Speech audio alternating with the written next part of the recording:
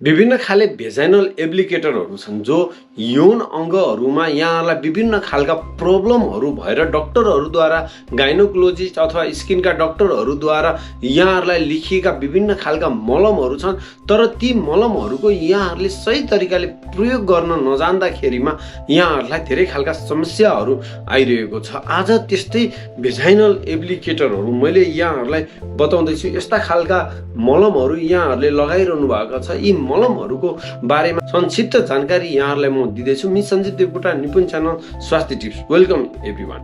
कोटिमाजोल 2% को जुन मलमहरू आउने गर्छ, कोटिमाजोल 2% का जुन मलमहरू यहाँहरूलाई जुन डक्टरहरूले प्रिस्क्राइब गर्नु भएको छ, यो वास्तवमा के हो त नि भन्दा यो एजोल भन्ने एउटा एन्टिफङ्गल ग्रुपको औषधि रहेको छ। फङ्गस भन्नाले ढुँडसी, यो ढुँडसीमा चलाउने एजोल भन्ने जुन ग्रुपमा यो पर्छ कोटिमाजोल, र यो ढुँडसीलाई निको पार्ने यहाँहरूको जुन यौन अङ्गहरूमा विशेष गरेर महिलाहरूको यौन अङ्गमा आउने ढुँडसीलाई ठिक पार्ने, त्यो ढुँडसीको सेल मेम्ब्रेन भन्ने एउटा तत्त्व हुन्छ, त्यसलाई यसले नष्ट गर्ने गर्छ र ढुँडसीलाई मार्ने गर्छ। वास्तवमै यो विभिन्न ब्रान्ड नाममा आउँछ, ब्रान्डको नामहरू छ, तर पनि यसमा क्यान्डिड-v र क्यान-v, नेपाली नेसनल कम्पनीद्वारा निर्मित क्यान-v र इन्डियन ग्लेनमार्क कम्पनीबाट निर्मित क्यान्डिड-v यो मार्केटमा एकदम धेरै प्रचलित चल्ने ब्रान्डहरू हुन् र इन्डियन अलि महँगो छ, नेपाली अलि सस्तो छ। वास्तवमा यो के त्यस्ता महिलाका प्रब्लमहरू के प्रब्लम भयो भने डक्टरहरूद्वारा प्रिस्क्राइब गरिरहनु भएको छ त नि भन्दा विशेष त महिलाहरूलाई हुने समस्याहरू जो फङ्गससँग रिलेटेड छ, एन्टी फङ्गलको रूपमा यसलाई दिइन्छ।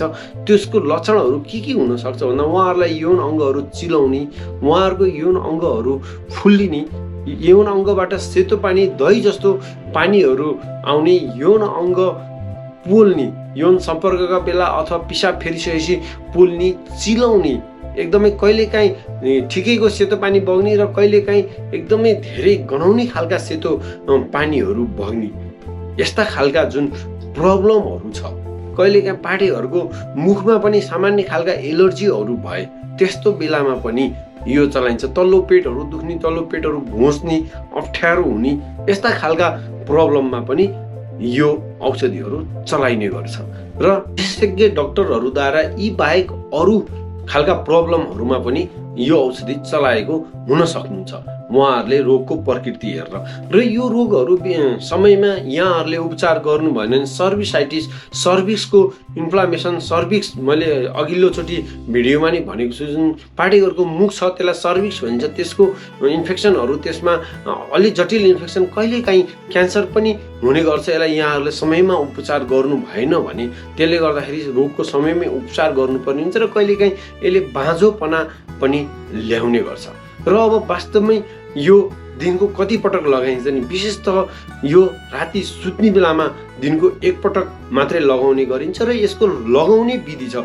मुख्य समस्या भनेको यही छ, यहाँहरूलाई दियो घर लिएर गएर यहाँहरूले लगाइदिनु न, किन भन्दा यो डाइरेक्ट यो चाहिँ हाम्रो यौन अङ्गहरूमा राख्नुपर्ने हुन्छ। महिलाहरूको जुन यौन अङ्ग छ त्यो भित्रै यो यहाँ एउटा एप्लिकेटर छ, एउटा चाहिँ जस्तो यो के हुन्छ भन्दाखेरि यो एउटा मलम छ, यो मलम छ र यहाँ यो अर्को एउटा एप्लिकेटर छ। यो एप्लिकेटरमा यहाँहरूले सुई जसरी नै यसलाई यहाँहरूको यौन अङ्गमा यसरी यो मलम तानेर यो औषधि यसरी यहाँ फिट गरेर यो तानेर यहाँहरूले पाठेघर भित्रै यो राख्नुपर्ने हुन्छ र धेरैले यो लिएर गएर राखिदिनुहुन्न कि त्यसले गर्दाखेरि यो समस्या दिनको दिन अलिकति अप्ठ्यारो मान्ने भएको कारणले यो समस्या रहिरहेको छ। त्यही भएर यहाँहरूले युज गर्नु पर्यो। के गर्नु पर्यो भन्दा राति सुत्ने बेलामा हातहरू राम्रोसँग धुनु पर्यो र पिसाब फेरिसकेपछि अन्तिममा सुत्ने बेलामा यहाँहरू उत्तानो परेर सुतेर खुट्टा खुम्च्याइसकेपछि यो औषधिलाई तान्ने, यो जुन मैले देखाइरहेको छु एप्लिकेटर, यसमा चाहिँ औषधिलाई पूर्ण रूपमा यहाँसम्म तानिसकेपछि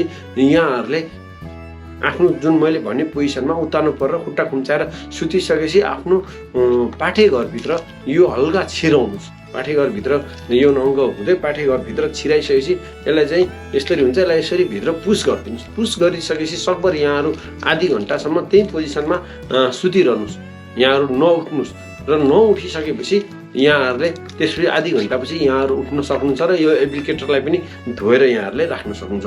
सजिलो छ, यहाँहरूले अप्ठ्यारो मान्नु भएन र यो डक्टरहरूद्वारा 1 हप्तादेखि 14 दिनसम्म यसलाई प्रिस्क्राइब गर्नुहुन्छ। त्यही अनुसारले यहाँहरूले युज गरिदिनु पर्यो। यहाँहरूले चाहिँ बिचमा छोड्ने उर्नी गर्नु भएन र यो युज गरिसकेपछि यसका पनि केही साइड इफेक्टहरू छन् कि भन्ने यहाँहरूलाई अब यो भित्रै राखिने भइसकेपछि यसको चाहिँ कतै ठुलै असर गर्छ कि भन्ने यहाँहरूको हुनसक्छ क्वेसन। सामान्यतया यसको त्यति धेरै साइड इफेक्टहरू छैन, तर पनि कुनै पनि औषधिको साइड इफेक्ट त हुन्छ। यहाँहरूलाई त्यस्तो यो लगाएको ठाउँमा एलर्जी हुने, पोल्ने, अप्ठ्यारो हुने, जहाँ झन् रातो भएको छ त्यहाँ अरू लगाउँदाखेरि अरू रातो हुने त्यस्ता खालका प्रब्लमहरू यहाँहरूले फेस गर्न सक्नुहुन्छ। र कहिलेकाहीँ यहाँहरूलाई एकदम तल्लो पेट एकदम धेरै दुख्ने, कहिलेकाहीँ सास फेर्न गाह्रो हुने, कहिलेकाहीँ एलर्जी हुने त्यस्तो खालको अलिक जटिल प्रब्लमहरू पनि देखिन सक्छ। यदि त्यस्तो भयो भने यहाँहरूले आफ्नो डक्टरसँग कन्सल्ट गराउन सक्नुहुन्छ। र विशेष त यो औषधि कस्तो कस्तो बेलामा नलगाउने भन्ने पनि धेरैको क्वेसन रहेको छ। याद गर्नुहोला, यो लगाइसकेपछि यहाँहरूले यौन सम्पर्क गर्नु हुँदैन, किन भन्दा यो औषधि आफ्नो पार्टनरलाई पनि सर्नु सक्छ। त्यही भएर यहाँको फङ्गल इन्फेक्सन पूर्णतया निको हुनु पर्यो। त्यसको लागि यहाँहरूले शारीरिक सम्पर्क राख्नु पाउनुहुन्न, मिन्स भएको बेलामा यहाँहरूले यो लगाउन पाउनुहुन्न।